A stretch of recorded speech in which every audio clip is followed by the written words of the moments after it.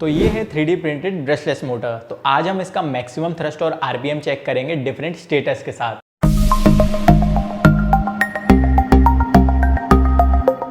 Hello guys, welcome to my channel the Mech Ninja. तो आज के वीडियो में हम एक 3D प्रिंटेड ब्रशलेस मोटर को डिज़ाइन करेंगे और बनाएंगे। तो आपने मेरे को काफ़ी मोटर्स टेस्ट करते देखा होगा, जैसे कि ये जी पावर मोटर, सैमगोक, सनफन और रेसर स्टार मोटर।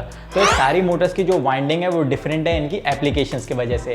तो मैंने इन सारे मोटर्स की पार्ट्स की लिंक डिस्क्रिप्शन में दे दी है। तो जो हम मोटर बनाएंगे वो 14 पोल्स और 12 कॉइल्स की होगी। इसके सारे पार्ट्स 3D प्रिंट होंगे एक्सेप्ट स्टेटर के। तो चलिए इसको स्टार्ट करते हैं। तो ये है इसका कैड मॉडल। मैंने इसके सारे पार्ट्स को 3D प्रिंट कर लिया है। ये सारे पार्ट्स 0.2 mm लेयर हाइट और 100% इनफिल पर प्रिंट हैं। मैं यूज़ करूँगा 14 नियोडायमियम मैग्नेट्स रोटर के लिए।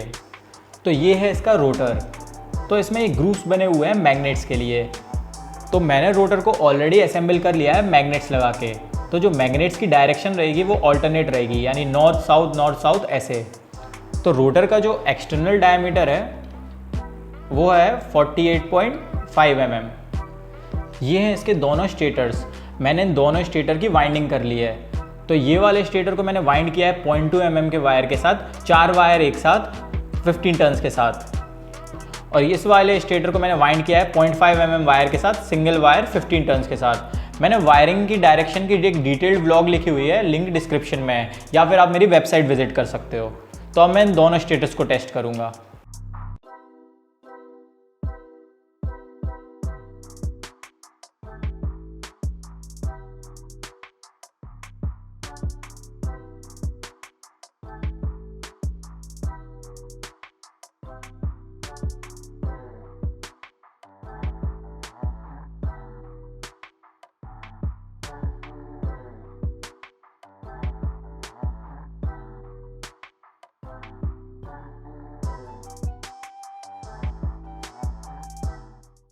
तो हमारी मोटर असेंबल हो गई है। अब हम इसको टेस्ट करते हैं।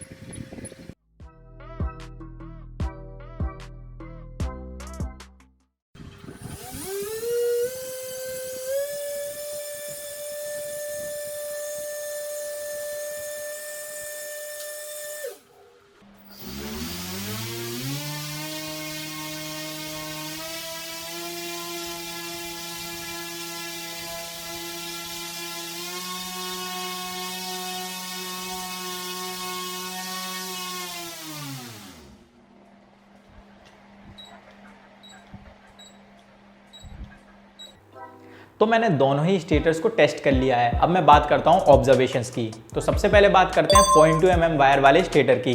तो नो लोड कंडीशंस पर इसने हमको दिया है 15,000 RPM एट 50% थ्रॉटल, और जो मैक्सिमम टेम्परेचर इसका गया था वो था 49 डिग्री सेल्सियस, और नो लोड करंट था इसका 3.35 एम्पियर्स।